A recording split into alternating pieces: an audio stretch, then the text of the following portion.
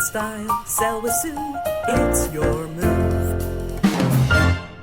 Hello, everyone. Welcome to another episode of No Place Like Home. And I was thinking today about my career, and maybe I can prompt you to think about your career. How did you get to where you are?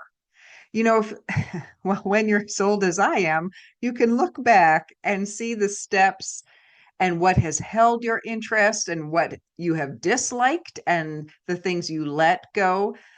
But I'll tell you why I'm here. When I look back all the way to after I graduated high school, I moved to Ottawa to live with my uncle Jim for a little while, who was a wonderful engineer. He helped design airports. But what I didn't know at the time was that he and his wife had decided to get a divorce. And so they put their house up for sale. And I was so discouraged, disillusioned, dissatisfied with the service that they received from their realtor, who seemed to not care and not know any of the special features that my engineer uncle had put into place. I actually did go to a brokerage and asked, what would it take for me to get my license? Because someone needs to represent my uncle better. And although I didn't have time to get my license and help him at that time, I'm here to help you now and have helped many people who are going through divorce or hard times buy and sell their houses. So I wonder if you look back, it's kind of a fun little exercise to see what brought you here today. And if I continue on that journey, I will share some information that I hope will be for your benefit as well, because I started in real estate a little before 2004 in commercial and property management. But when I started in residential, Calgary was going through this great boom in 2004. Honestly, I sat down in the administrative assistant's chair and I probably didn't look up for about a year because it was so busy. People would put their houses on the market, and even sometimes people who didn't see them would put an offer, no conditions. It was crazy. And from the inside, from behind the scenes, I really saw some of the good, bad, and the ugly, I would say. So I thought I might share some of those things for your own interest and information of what kind of happenings go on behind the scenes in real estate.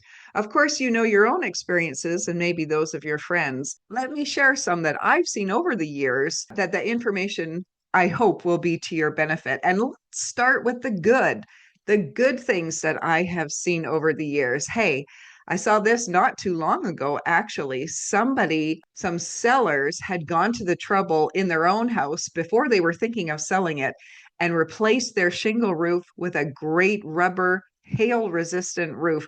Now, we don't see those too many times here in Calgary, but you do hear of them, of course, with the increased hail damage and storms that we've had. So that was a really good thing. When you get a house where the sellers have taken care of it and there's pride of ownership and they've done the upkeep.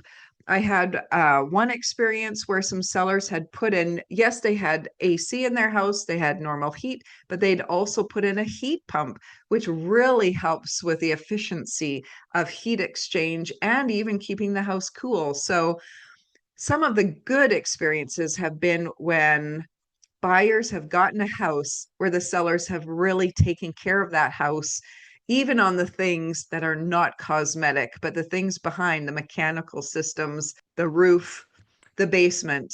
And I love it when we see good things like that. I have also been very pleased to see in a conflict when lawyers have been able to stand on the wording in an amendment. So sometimes, maybe at the home inspection, you might find a disagreement. The buyer would like something fixed. And so the realtor, we will write an amendment saying this and this should be fixed.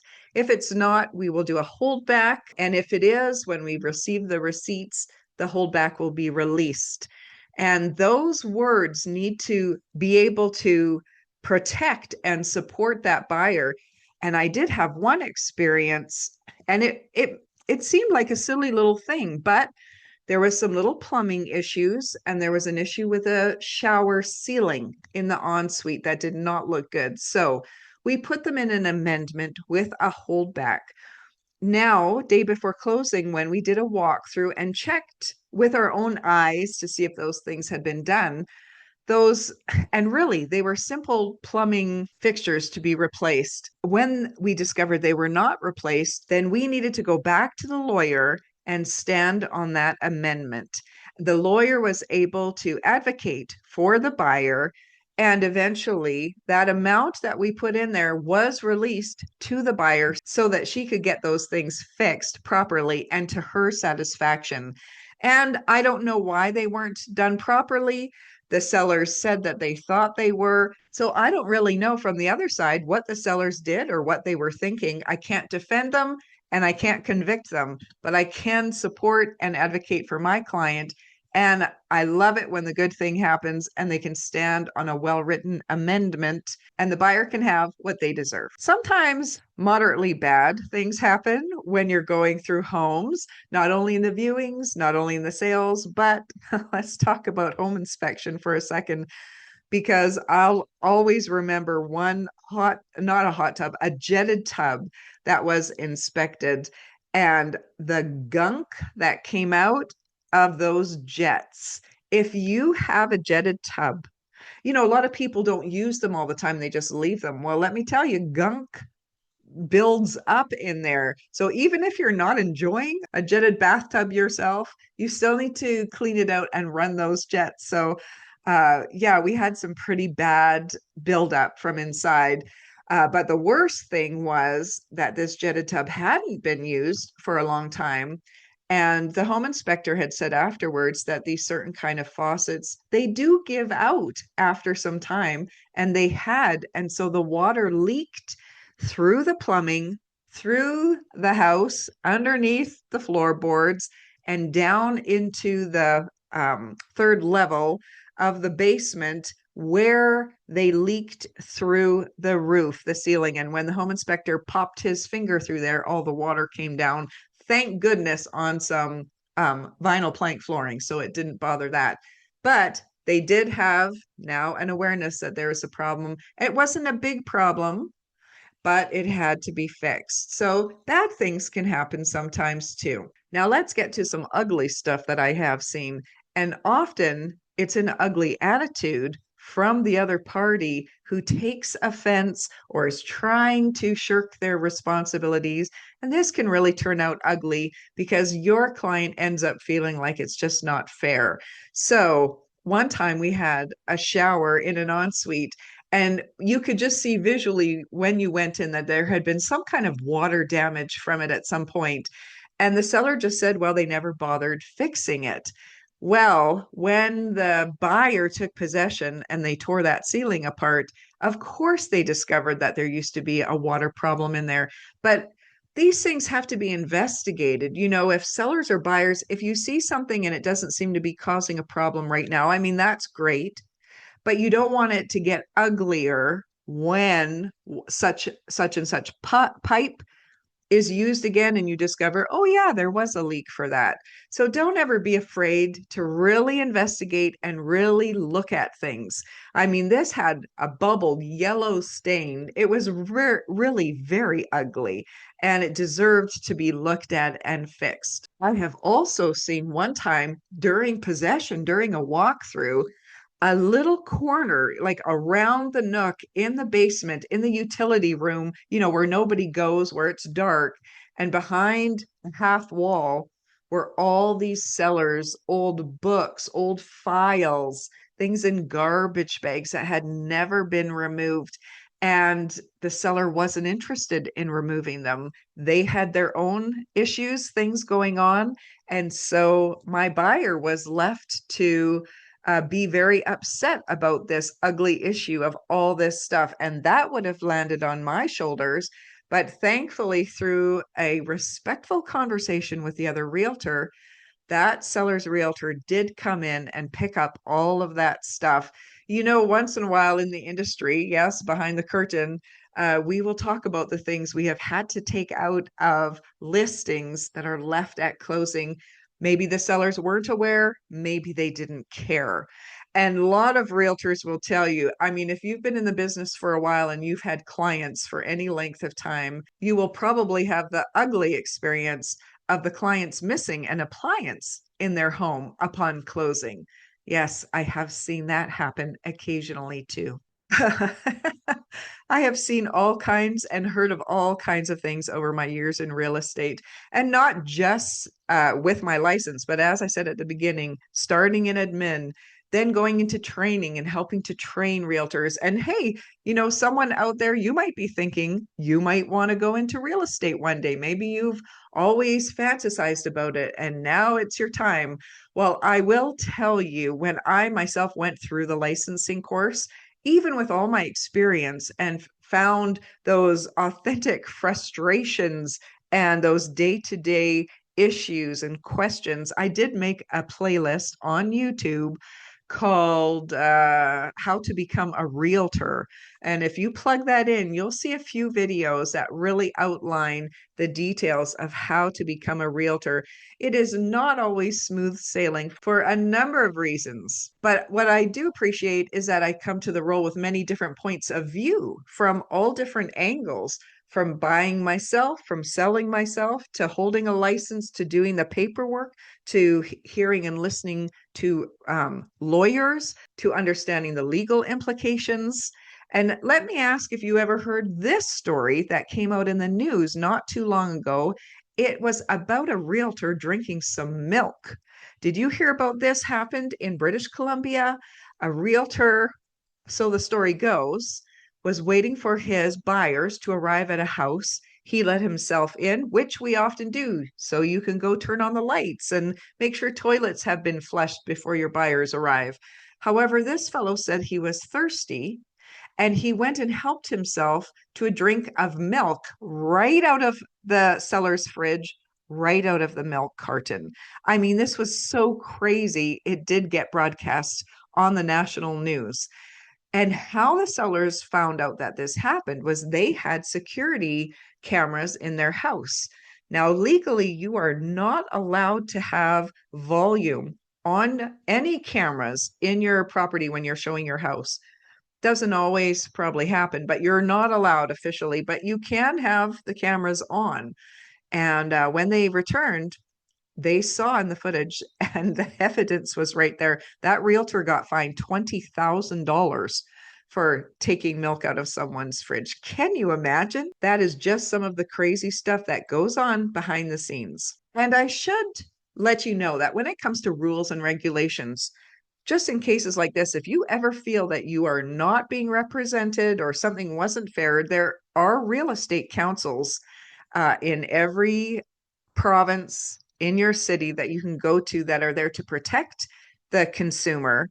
And another thing you should realize is with technology nowadays, you never know if you will be on camera inside and outside of the house. So if you keep all of your thoughts and ideas to yourself inside, and then you go outside and stand on the doorstep and talk about how much you love this house and that you'll go over asking price, maybe think again, because if they have a camera on their doorbell, they might hear all of that. On my last episode, I think that's episode number 17, I did have my broker in for an interview. And again, I will reiterate one thing that she said is kind of a big deal that gets sellers into trouble is not disclosing when you do have an issue in your house. And it could be as little as, a wrecked gouge in your floor, like some of my buyers just had. Hey, when all the staging was removed, and we do always pull back the carpet, but the part that was under the couch covered a piece of the hardwood flooring that had a big gouge out of it.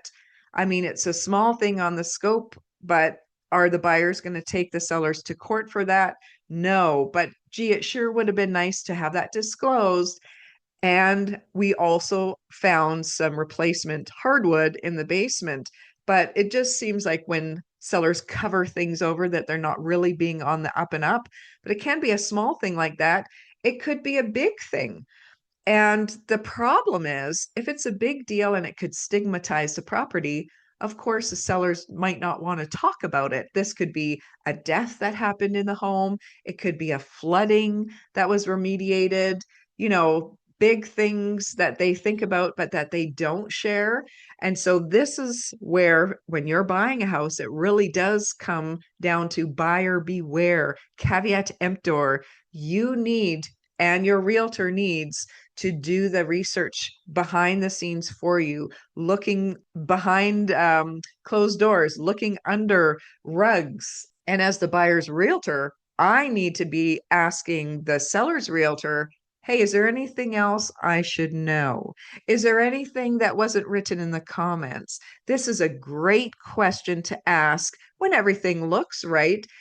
Now, the seller could direct their realtor to say, we have no answer for you. You could ask, has there been flooding? Has anyone ever died in this house? Anything that you are suspicious or concerned about? Have you ever had trouble with your toilets backing up?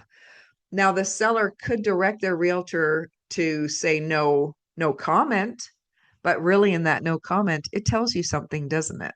And so, buyer beware. You can go and hire a sewer scope if you're worried about plumbing. You can hire a mold inspection if you're worried about mold. So, really be aware. It is up to you as the buyer to caveat emptor, and up to your realtor to advocate for you as well. So I'll leave you with that great tip. Is there anything else we should know? Is there anything else that you can tell me about this property? Because they might not tell you, but for sure, once that buyer moves in, the neighbors are going to tell them all that they know about that property. And I have mentioned this on one of my episodes, but it bears repeating that the number one problem people have when it comes to closing on the sale of a home is an outdated or lacking real property report. So, sellers, when you're going to sell your home, you need to have a real property report that is updated. And buyers, when you're going to buy a property, you need to have a look at that real property report, and your lawyer will verify that. But lawyers say that this is the number one thing that holds up closing.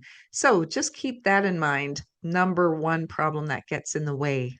So to wrap up, a little episode that I hope you heard something that's interesting that you can take away for today. There's big problems and there's a lot of small problems. And most home inspectors will tell you pretty much no matter what you find, it can be fixed, it can be remedied.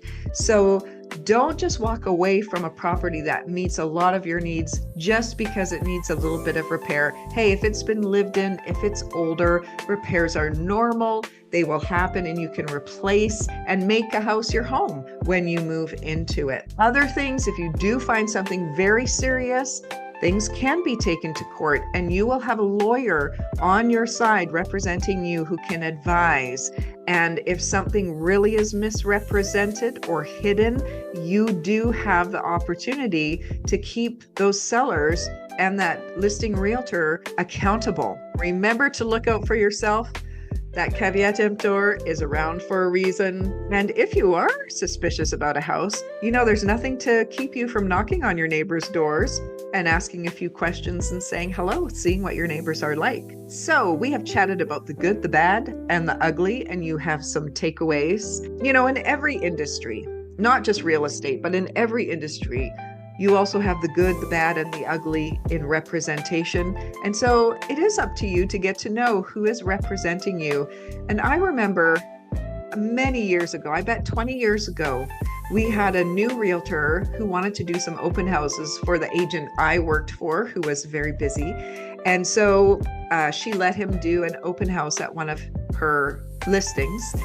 And during that open house, he had some friends come by and hang out at the open house with him, and we found out about it. And it's not really was a big thing, but it wasn't a kosher thing. It's not the way you usually did an open house. It wasn't above board. And when we discovered this, we just decided, and you'll know this too, how you do one thing is how you do everything. And just this year, that particular agent actually got in some really big trouble behind the scenes in the real estate industry. And I just had a little moment like, Believe it when people show you who they are. And that's good advice for everybody concerning all kinds of things. When you have any other questions, know that I am here when you're ready to make your move. If you're interested in moving one day, but you're not quite ready today, reach out and ask me to set you up on a search. You know, it's a really fun way to be able to see inside of people's homes without being their friends. And you can start that research as soon as you'd like. I'm here to help connect when it's convenient, and I look forward to talking with you again on my next episode of No Place Like Home. Thank you. Bye for now.